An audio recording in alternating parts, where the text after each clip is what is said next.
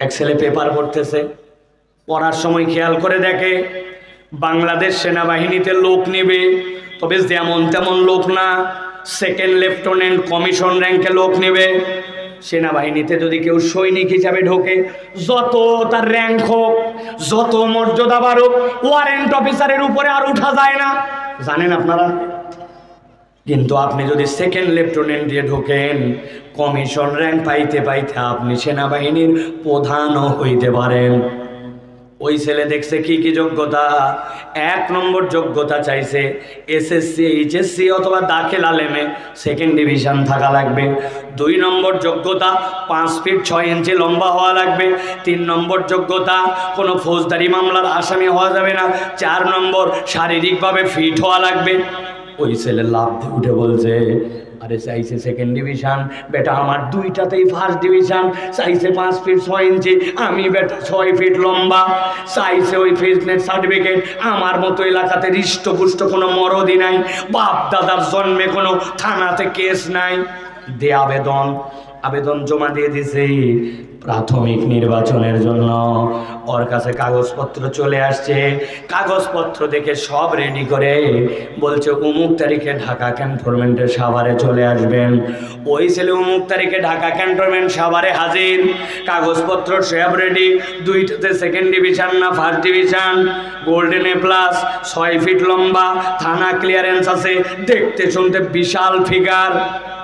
ভালো করে খেয়াল করেন, কাগজ দেখাও। এসএসসি এইচএসসিতে দারুণ রেজাল্ট, ওকে। এবার যাও সামনের ডেস্কে যাও, যাওয়ার পরে থানা ক্লিয়ারেন্স দেখাও। হ্যাঁ, থানা প্রত্যয়নপত্র দিয়েছে, কোনো মামলা নাই তার নামে, বংশের নামে, ওকে। এবার বলছে খালিগা হও। খালিগা হয়ে ওই যে তার দড়ি দিয়ে টানা দেওয়া আছে 5 ফিট 6 ইঞ্চি হাইট, ওই জায়গায় যায় মাপ দাও। ওই জায়গায় যেই না দাঁড়াইছে, এই বেটা তো 6 ফিট, ওর নাক বেঁধে গেছে দড়ি। বলছে তুই এত লম্বা, নিচ দিয়ে যা। নিচ দিয়ে গেছে। এবার বলছে খালি গাও, হাত দুটার সামনে দিকে সোজা করো।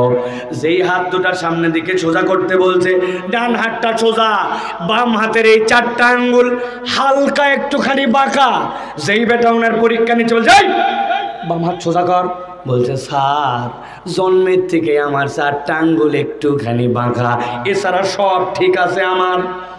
বুঝে থাকলে বলেন, দিনাজপুরের মুসলমান, 6 ফিট লম্বা, ওইটাতে গোল্ডেন এ প্লাস, থানা ক্লিয়ারেন্স আছে, দেখতেও হৃষ্টপুষ্ট, কিন্তু বাম হাতের মাথার 4 আঙ্গুল যদি ভাঁজ থাকে, ওই লোককে কি সেনাবাহিনীতে নিবে? যারা বললেন না ঘুমায় গেছেন, ওই লোককে কি সেনাবাহিনীতে নিবে? আমার আল্লাহ রাব্বুল আলামিন কি বলছেন খেয়াল করেন, কদ জাআতকুম মাওয়াদাতুম মির রাব্বিকুম ওয়া শিফাউল লিমা ফিস সুদূর। ও দুনিয়ার মানুষ, তুমি যেমনই হও না কেন, ফুটানি দেখায় লাভ নাই। কোরআনের রঙে রঙিত হয়ে আল্লাহর কাছে যদি জান্নাতের সার্টিফিকেট না নাও, কোরআনের এই সার্টিফিকেট ছাড়া দুনিয়ার কোনো সার্টিফিকেট দিয়ে জান্নাতে যাওয়া যাবে না।